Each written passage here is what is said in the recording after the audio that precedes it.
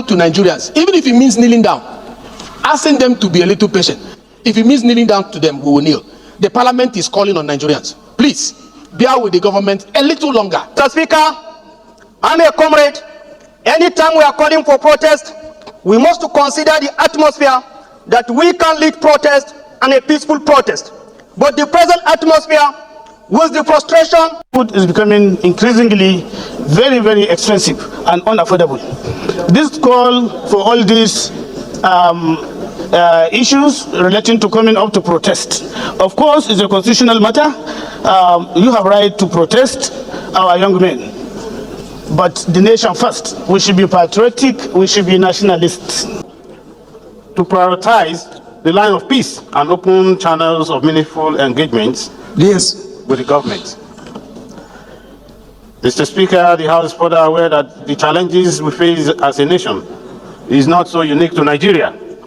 There are issues that countries across the globe grapple with on a daily basis. In a world that is constantly changing and evolving, no nation is immune to the complexities of governance and development. The road to change is not easy, and the journey towards a brighter future often fraught with obstacles. But we must not lose sight of the incremental steps that have been taken by this government. They are the reforms that have been implemented and the strides that have been made towards a more prosperous Nigeria.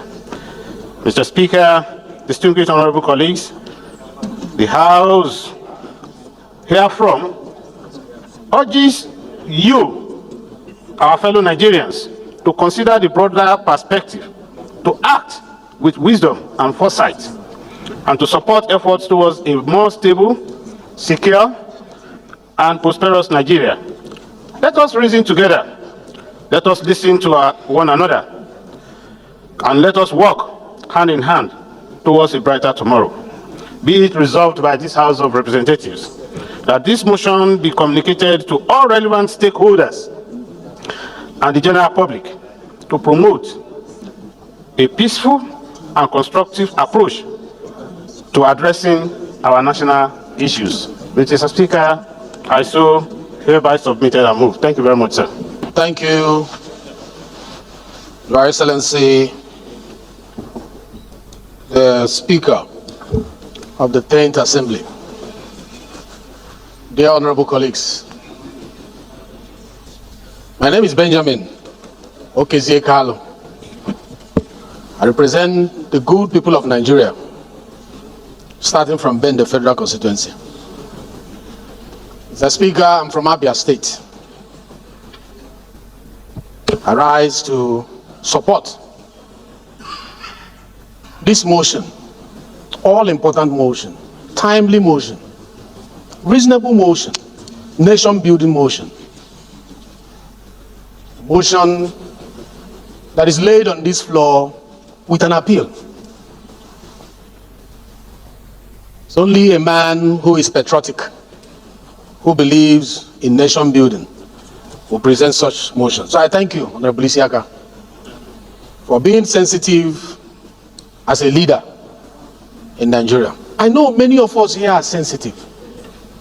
Many of the representatives here are passionate about our country. That was why we left all the things we are doing to come to be part of a government that will grow our nation. We have a problem. It is not in doubt, Mr. Speaker. There is no member here who disagrees with the point that there is a problem in Nigeria.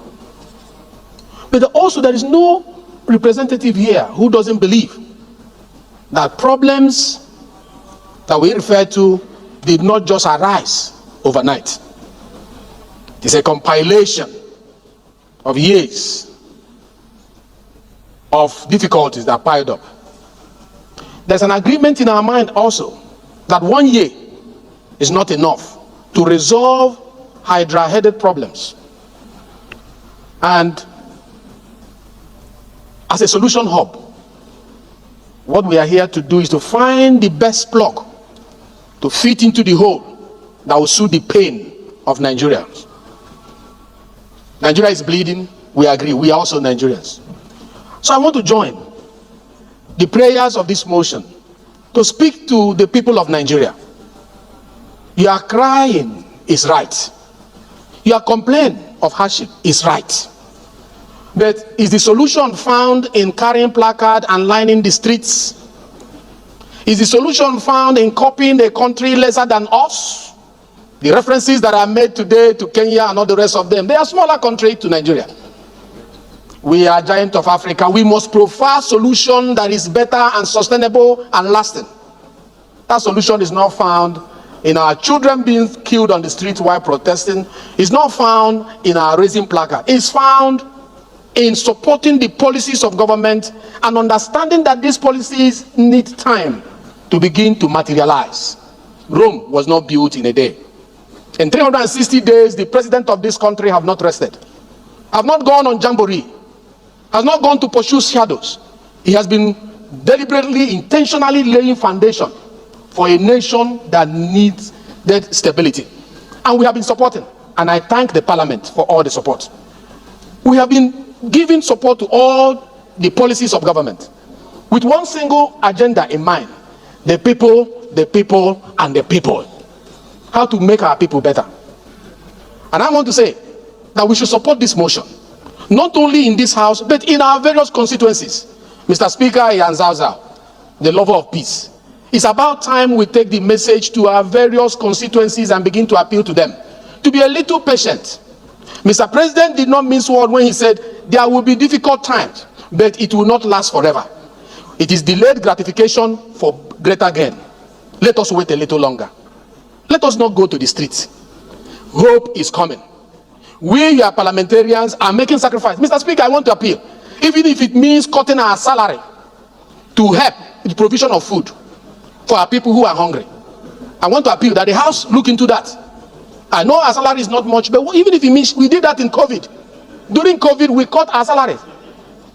We slice our salary and we help the people. This is a time that is calling for sacrifice. And I'm sure these people here are willing to make sacrifices for our people. Let them consider our appeal. Mr. Speaker, a gentleman here called me this morning, a member of the parliament. He said, we are young parliamentarians. We want to go to appeal to Nigerians, even if it means kneeling down, asking them to be a little patient. And this parliamentarian is not from APC. This parliamentarian is from opposition party. He said, I'm young, like those who are agitating. I am on social media, like those who are agitating. But I know the effort we are making here to make the nation great. If it means kneeling down to them, we will kneel. The parliament is calling on Nigerians. Please, bear with the government a little longer so that these policies will begin to see the light of the day. Thank you as I appeal to this House to in one voice support and be willing, if the leadership calls, for us to make sacrifices with our salary. Just a little pain for us to be able to provide food for our people. Thank you very much. Thank you very much, Mr. Speaker, honorable colleagues. Honorable Comrade Bashir Usman Goro is my name, representing Gadagoranyo Federal Constituency from Sokoto State. Mr. Speaker, this issue is a critical issue and it's timely for this hollow chamber to discuss this matter. I'm a young man, I'm a product of struggle. Normally in every struggle, 3C is necessary: consultation, confirmation, and confrontation. Mr. Speaker, honorable colleagues, I believe, with all honesty, the organizers of the protest, the young people that are calling for the protest, have not put necessary steps to make a confirmation or consultation from the government of the Federation and the government at all levels. In that way, Mr. Speaker, calling protest directly to the street will definitely turn down the peace and unity of our dear nation. Mr. Speaker, I'm a comrade. Anytime we are calling for protest, we must consider the atmosphere that we can lead protest and a peaceful protest. But the present atmosphere, with the frustration, anybody or every organization that is organizing protest is definitely undermining the peace and unity of our dear country. It is constitutional to have or to organize protest, but always you must consider the national interest above individual or group interest. Mr. Speaker, these people that are calling for protest, I believe they don't know what will be the outcome when they go ahead to call for this protest. You can call for protest, but there is always non-state actors at the back door that are waiting to hijack what you think you organize under peaceful manner. My candid appeal for the young people of the Federal Republic of Nigeria is a kindly cited an example of what is currently going in the continent of Africa, that there is a conspiracy of the Western world. Do not to undermine what your action can cause as far as the economic prosperity, peace, and the progress of your own country. Mr. Speaker, giving a reference, far back 2009, under the aegis of African Youth and Student Association, we organized a mega rally in Sudan, trying to showcase what we believe is unacceptable policies across the African country.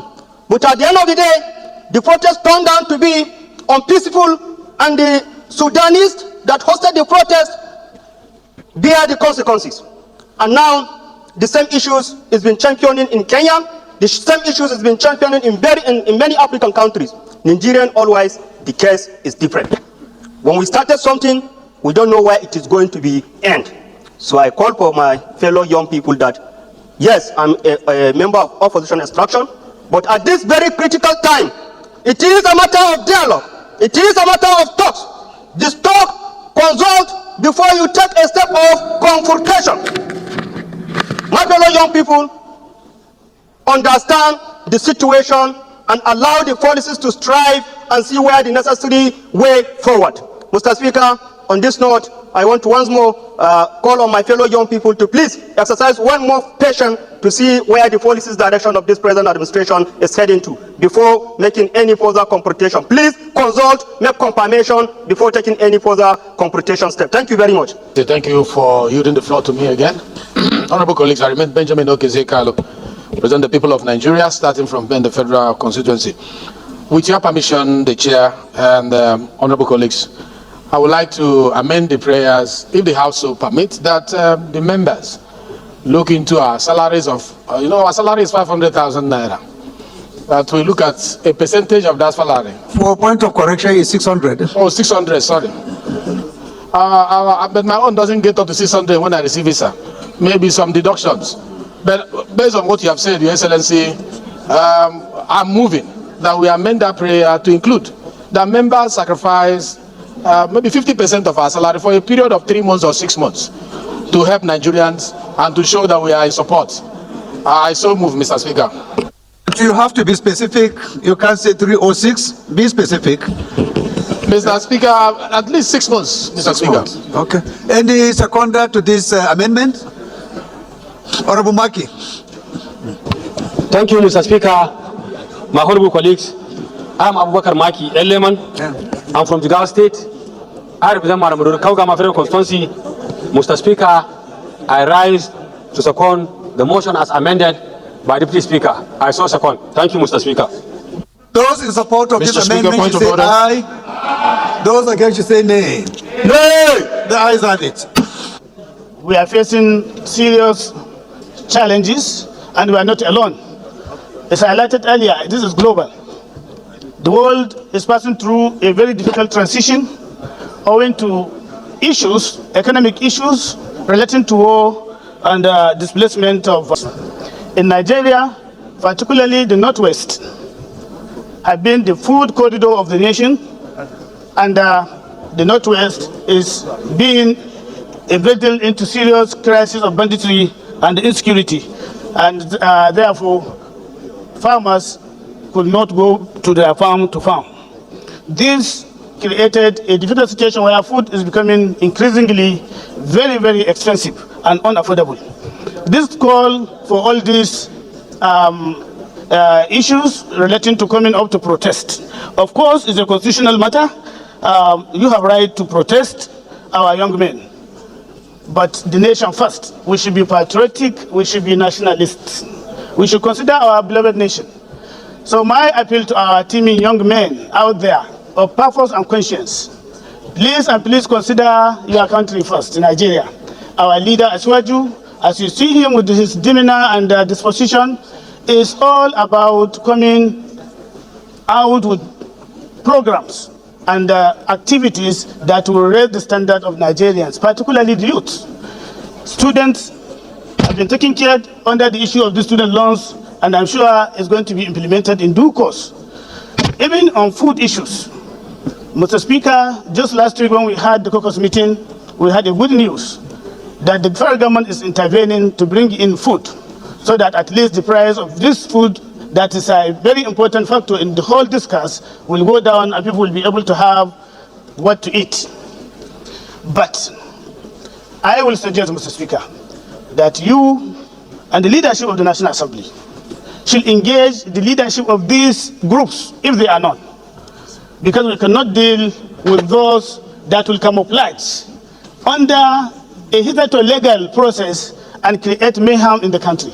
If these leaders are known, engage them for discuss, understand their plight. If it means you going around the geopolitical zones, Mr. Speaker, I think it's worth it that you move around to engage the youth and tell them the National Assembly, particularly the House of Reps, is with them in this issue, but they should consider that first they are Nigerians.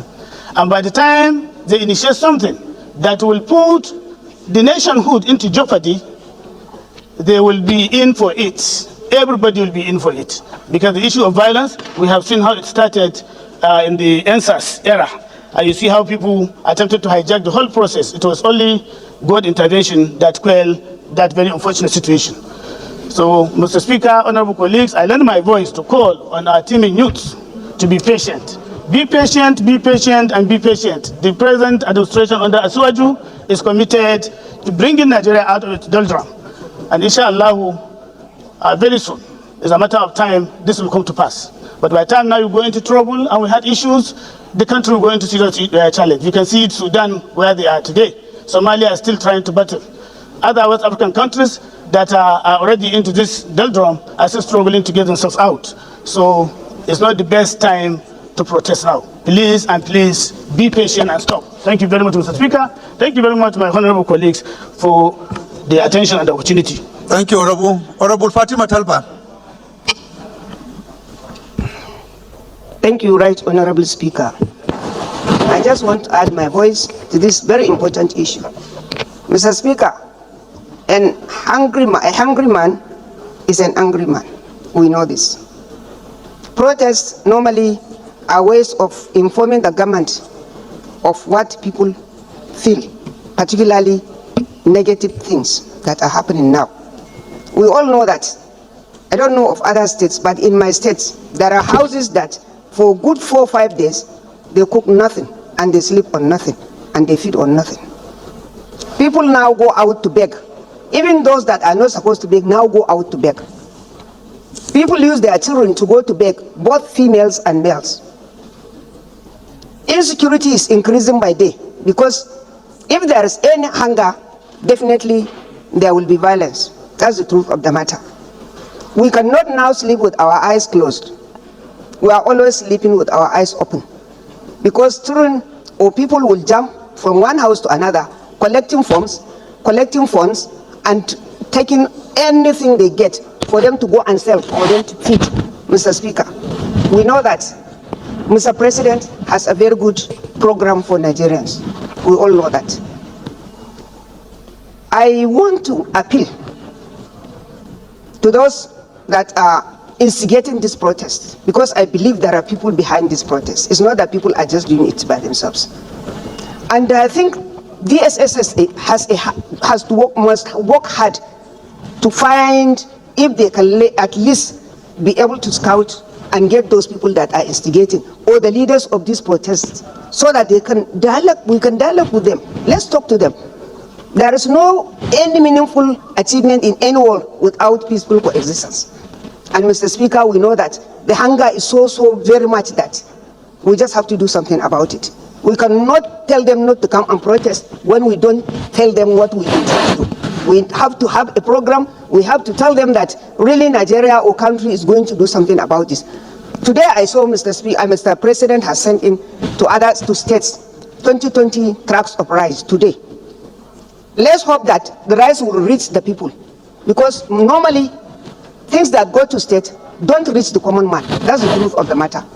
Not all the people that are targeted get what is in the market. I mean, what is bought by governors or by the Honorable states. Talba, please can you quickly summarize? So thank you, Mr. Speaker. I just want to tell you that there is a need for dialogue with the groups, and there is a need to find out the instigators and make them see reasons. And I also want to appeal to those that are coming out for the strike to please seal their swords and let there be peace. Thank you, Mr. Speaker. Thank you so much for your contribution. Doctor? As sensitive as this motion,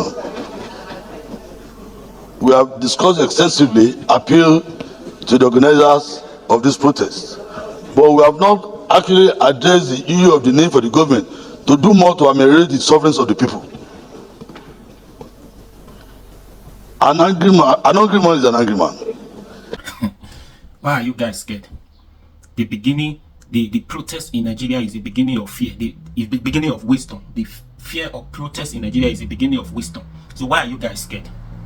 So all this one you guys are talking now, just talking, pleading, begging that Nigerians should not carry out this protest. So you guys carry cotton wood, block on their ears. Well, now not they hear the complaint of the masses, the complaint of the youth, the complaint of Nigerians. Yeah? Which one? What do you want again that you have not heard, that you not know? You want to go and plead with Nigerians, you want to go and talk to them. Talk to them about what? You guys carry cotton wood, take block on our ears. What is too difficult for you to understand that food, the prices of food and services is too much. Nobody can afford it again. People are dying of hunger. What is too difficult for you to understand? For you not to understand that the electricity bill is too much. People cannot even pay. There is no light. What is too difficult for you to understand that the fuel price is too much. People cannot afford to buy them. What is too difficult for you to understand? Transportation. People cannot afford to transport themselves to one point or another. What is too difficult to not to understand? That you say you want to go and beg the youth. What is too difficult for you not to understand? That parents cannot pay their children's school fees. What is too difficult not to understand there? The parents cannot pay their children's school fees. Some people are at home. They're supposed to be in school, but they are at home. They can't because they cannot afford it. What is too difficult not to understand? What is too difficult there? What is too difficult for you to say from primary school, from KG primary school to university level? Okay, leave university out of this way. From primary to you finish your secondary school to say free education for now. Is it not possible? Is it not doable? So what is stopping you not to do that? To say you are doing something to ameliorate the suffering of Nigerians. So what are you doing? Where is the food? Where is the money to buy them? What is too difficult not to understand that even the 70K after the labor union now, they don't collect their own now, they don't care again. The Oga like they say. That the 70K cannot afford to buy a bag of rice, a bag of beans, a bag of gari. What is too difficult not to understand there? What is too difficult not to understand? What is there? Is it not possible, like I said, to bring free education from primary school to secondary school level till you finish? Then you reduce the university fee. What is too difficult? Come on now. You're talking of Kenya, other countries that protests will not. Oh, you know that the damage what this protest could cause. Now somebody is talking about reducing their salaries. Another person is opposing that his salary is not enough to reduce. Can you not see? Can you not see these people? They don't know what they are doing. Saying some people are pleading that they should reduce their salaries, cut the salary so that they can put the money into. Like how much would that one generate? How much? Another person is opposing that his salary is not even enough. So you shouldn't bother thinking about reducing their salary. That's the meaning of that. You're talking of Kenya, and Nigeria is a giant of Africa. Kenya is just a smaller country, but Kenya is doing pretty better than your country. Kenya is doing well more than your country. You are only the giant of Africa, but you are not doing quarter what Kenyans are doing. And now they even come up one law bill they passed to increase to tax them. They vow, they say no, you can't do it. And you know what that protest caused in Kenya. You know how President bow to pressure, how other things he's doing, reducing other things. No. So what is too difficult, you guys not to understand that people are dying. People are dying. Come on now. Is there beg them, talk to them, talk to us about what? Talk to them. We're not asking if you want the protest, they want them to stop the protest. No problem. Meet the demands. I think we have about seven point agenda. What is there? If you can meet up within 90, that they fine now. So nobody really want to go on this protest. It's because the situation of the country, things are not going well. You guys are there doing nothing. You guys are just taking money, buying, doing. So if you can reduce, give free education before 90, that the free education, say electricity be free, reduce the petrol price, reduce the transportation price, and all those things you thought about, bring them, let us see the effect. So we stop now. Nobody want to go and protest because these things are too much. You are always taking away from us. Look at another bill you passed to the bank, taking 50% of poorer people. If a poor man send money to another poor person, you're taking 50 naira from them. Is it not too much? Yes, now. So if you stop that one now, so what is it? Is it not part of what we are asking for? A poor man send money to one farmer, send money to another farmer. You don't provide fertilizer, you don't provide farming equipment, you don't provide security for the person to go to his farm to farm. He managed to send money to another poor farmer. You are taking 50 naira inside that money. Is that one not too much? How do you expect your citizens to live and survive in this hardship? Didn't you go to airport embassy to see how people are traveling out to this country? People now do not even care. Just go. So far say you are not living in Nigeria, just go find another African country to relocate. Even this Arab country that people do not go to before, they don't travel, say they are Muslim country, go and see the way people are going there now, because it's easy for them to get the visa now to go there. They don't care what happened. They don't care what happened again. They just want to escape this hardship of Nigeria, the problem, the insecurity. So what is too dear to secure the country for us once and for all, so that farmer can go to their farm? It annoys me to see things like this. You come in at this time to say there is no reason of going to protest. There's no reason to do this and this and that. Kenya is just a small country and Nigeria is the giant of Africa. To hell, Kenya, a giant of Africa, nothing to show up. Nigeria is declining in terms of GDP. You are talking of giant of Africa here. If you don't want them to go on protest, then you have time. The protest they have been announcing. They give you point agenda, 7 points. Then work on them, sort them out once and for all. Then things will be fine. Please, what do you think? Share this video, comment, leave your comment. They can't even stop the protest. The protest, the date is there. The only way you can stop is what I just said. You meet the demands, then protest. So if you cannot meet the demands, then they go on protest. I think the only language you guys understand is through violence. So now you're giving us, they give you back. It's the same thing. So let's see what this protest will yield. Please share this video.